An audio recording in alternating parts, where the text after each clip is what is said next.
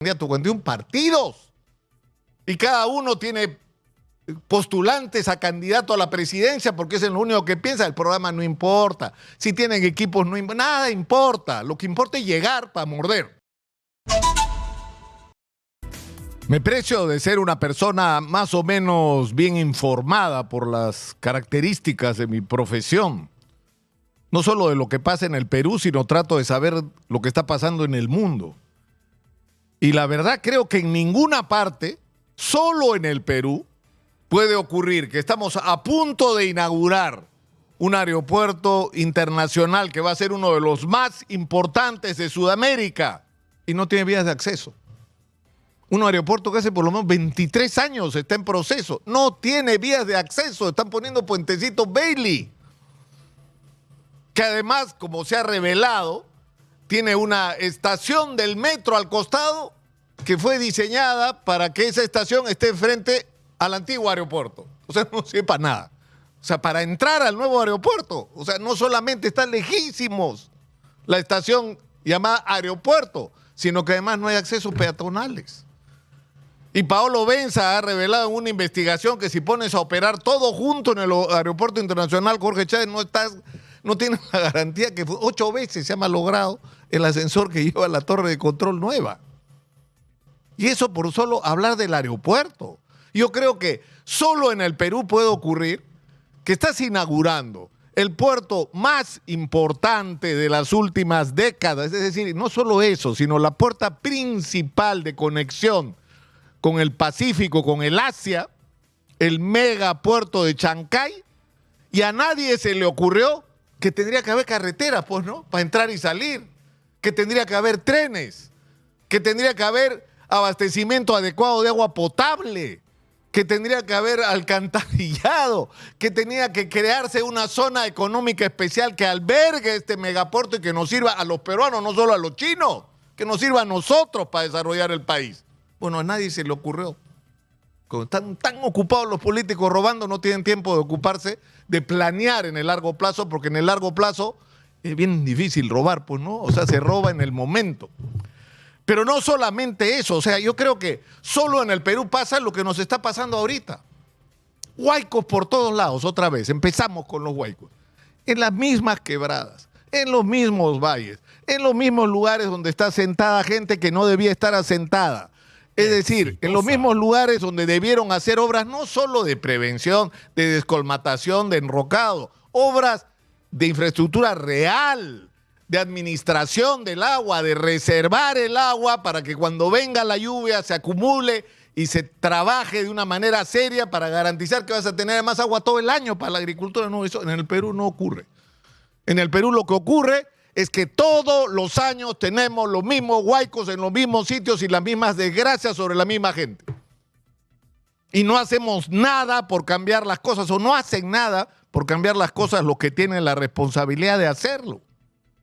Es decir, solo acá nos pasa esto. Es decir, la educación es el principal reto que tiene un país si quiere progresar. Hemos tenido en total 8 ministros de educación desde que se instaló el gobierno de la señora Dina Boluarte, que no fue en diciembre, ¿eh? No fue en diciembre del 2022, fue el 28 de julio del 2021. O sea que no se sacuda, señora, de su responsabilidad. 8 ministros de educación.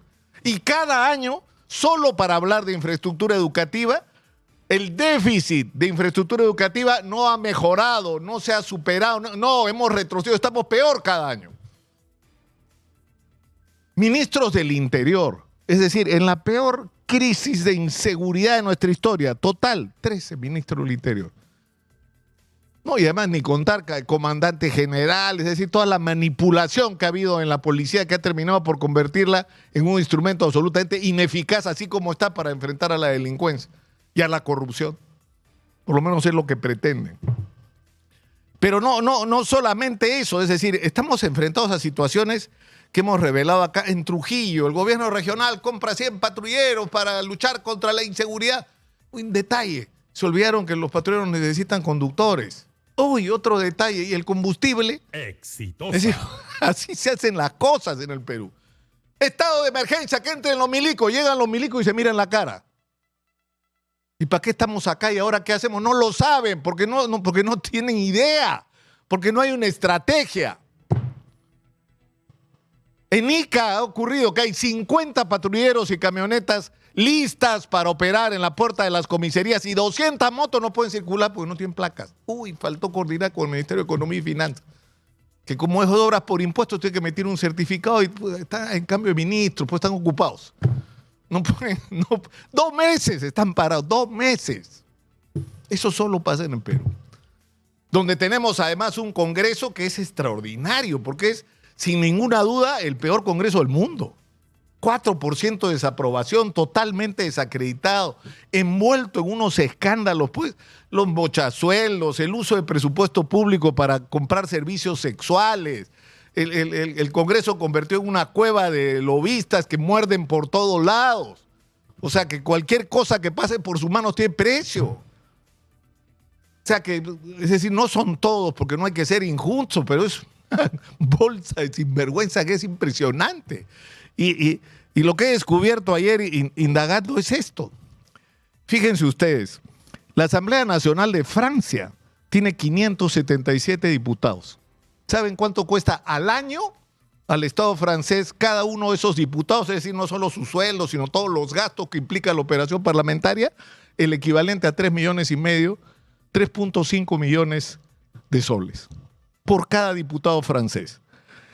La Cámara de los Comunes del Reino Unido, que tiene 650 miembros, ¿saben cuánto le cuesta al Reino Unido cada año cada representante?